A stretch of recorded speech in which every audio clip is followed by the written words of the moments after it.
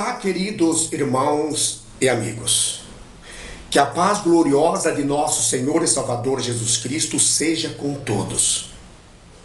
Hoje nós vamos tecer rápidas considerações sobre a ordenança feminina ou a consagração de mulheres à pastora.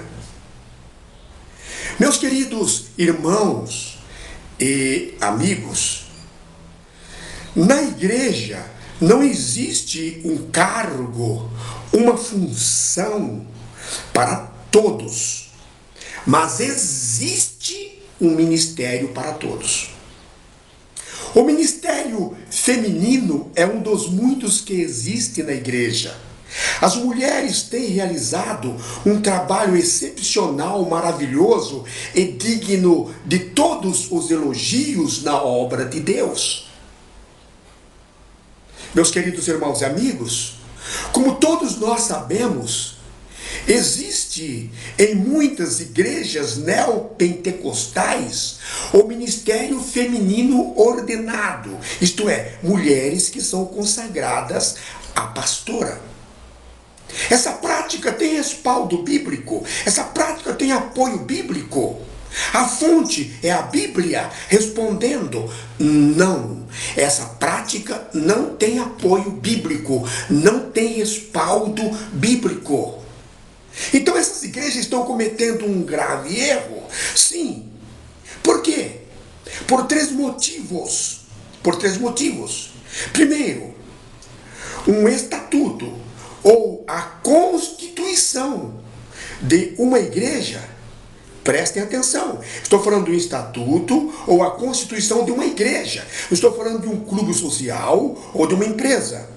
Um estatuto ou a constituição de uma igreja tem que ser elaborado baseando-se na Bíblia, a palavra de Deus. Porque a Bíblia é o nosso manual de regra, vida, conduta e fé. Segundo, os pontos fundamentais ou os dogmas de uma igreja tem que ter respaldo bíblico, tem que ter apoio bíblico. A fonte tem que ser a Bíblia, porque a Bíblia é o nosso manual de regra, vida, conduta e fé.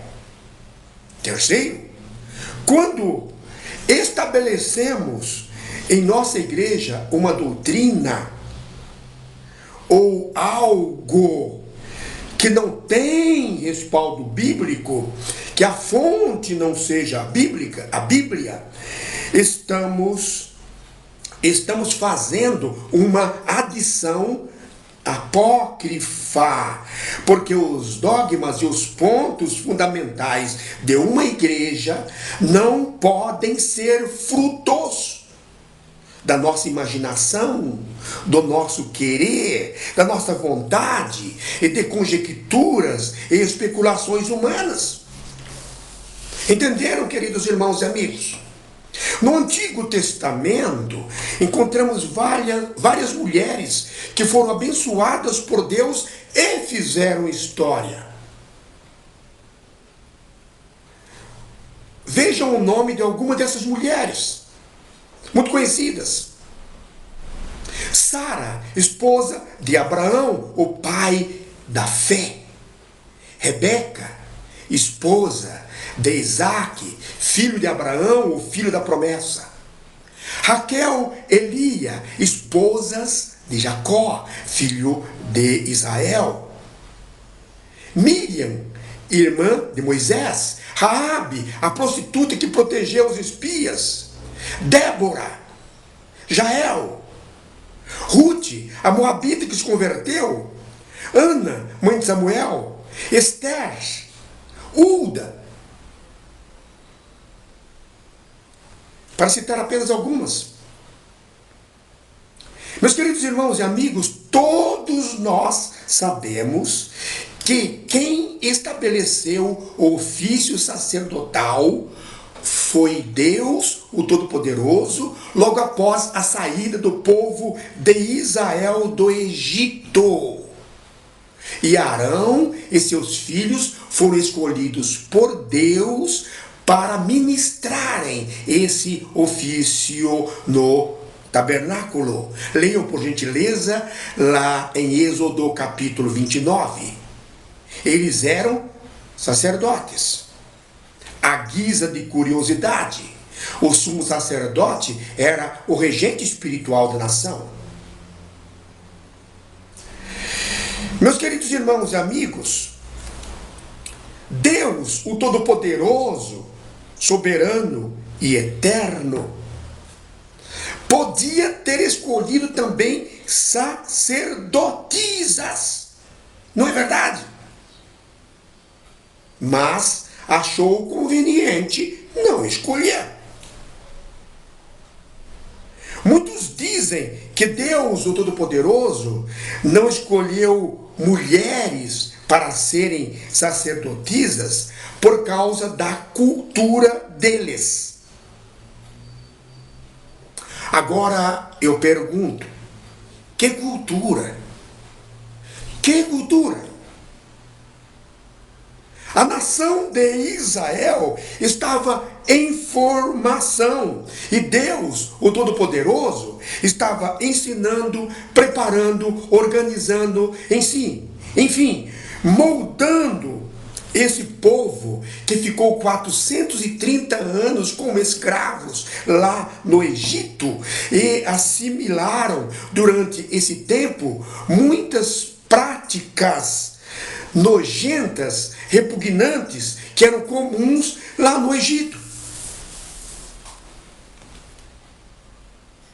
Débora, como todos nós sabemos, foi juíza. Mas juíza era uma função civil. Débora julgou em Israel porque a nação não tinha um governo estabelecido. Hulda foi profetisa. Está lá em 2 Reis, capítulo 22, versículo 14. E naquele tempo, profeta não era um cargo ou um ofício, e nunca foi. Os profetas eram pessoas chamadas por Deus para ajudar o seu povo. Esther foi rainha e muito ajudou o seu povo, função civil. Nenhuma dessas mulheres reivindicou consagração. Meus queridos irmãos e amigos, Jesus teve entre seus seguidores muitas mulheres. Por gentileza, leiam lá no Evangelho segundo Lucas, capítulo 8, versículos 2 e 3. Jesus, o Cristo, libertou, salvou e dignificou a condição social de muitas mulheres que viviam à margem da sociedade e eram tratadas como objetos que podiam ser usadas e descartadas. Costume e atitude nojenta que adquiriram quando foram escravos lá no Egito. Não é verdade? Porque não foi assim que Deus estabeleceu. Quem conhece a Bíblia sabe disso. A presença feminina no ministério de Jesus foi marcante e com amplo destaque. E muitas dessas mulheres o serviram até com os seus bens materiais. Está lá no Evangelho segundo Lucas, capítulo 8. Vejam o nome de algumas dessas mulheres que ajudaram Jesus e os discípulos no ministério. Isabel, mãe de João Batista. Maria, mãe de Jesus. Ana, a profetisa. Marta e Maria de Betânia, irmãs de Lázaro.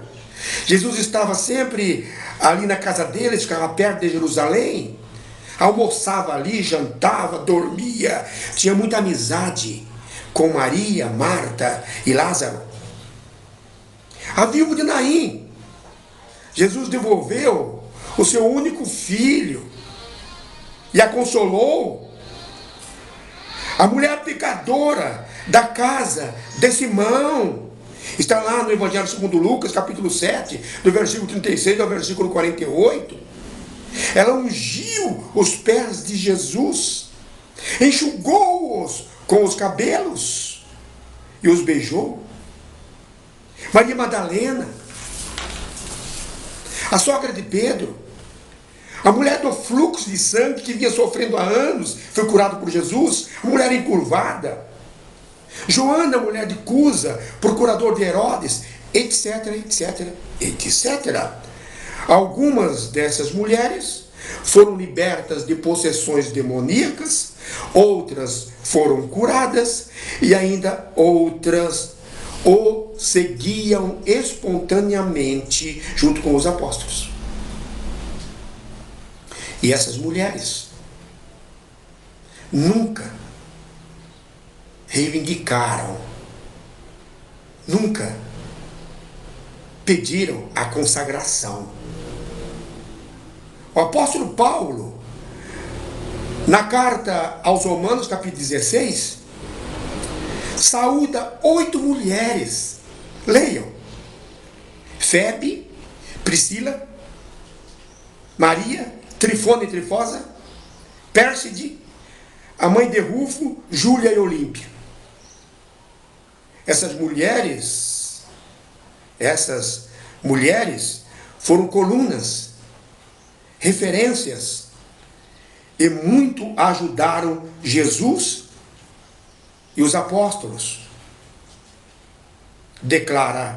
O apóstolo Paulo declara em relação a Febe que ela foi sua protetora e de muitos. Todas essas mulheres poderiam ser apóstolas ou apostolisas, não poderiam? Mas nós não temos conhecimento de que elas reivindicaram a consagração. Quando Jesus, o Cristo, escolheu os 12 discípulos, não incluiu nenhuma mulher. Por quê? Discriminação? Cultura? Jesus nunca discriminou ninguém. Muitos dizem que Jesus não escolheu nenhuma apostolisa ou apóstola por causa da cultura deles, que adquiriram lá no cativeiro e continuava até nos dias de Jesus. Porque existiam muitas mulheres que tinham condições de ser apóstolas ou apostolisas. Mas não é verdade, queridos irmãos e amigos, não é verdade. Jesus nunca fez discriminação de ninguém, Jesus nunca levou em consideração cultura ou outra coisa qualquer. Jesus quebrou todas as convenções sociais preconceituosas, marginalizadoras e massacrantes de sua época. E esse foi um dos motivos pelos quais os escribas e fariseus o perseguiam. Na verdade, Jesus, o Cristo, não escolheu nenhuma mulher para apóstola ou apostoliza, porque não achou necessário. Não achou necessário. Deus, o Todo-Poderoso, e Jesus, o Cristo, sempre trataram as mulheres iguais aos homens. Em Gênesis capítulo 2, versículo 23, quando Deus formou a mulher, Adão disse: esta agora é osso dos meus ossos e carne da minha carne. esta será chamada varoa, porquanto do varão foi tomada. Que declaração maravilhosa! Que declaração maravilhosa! Jesus, o Cristo, no Evangelho segundo Mateus, capítulo 19, versículo 6, falando a respeito do casamento, diz que através do casamento, o homem e a mulher se tornam uma só carne, disse Jesus, de modo que já não são mais dois, mas uma só carne.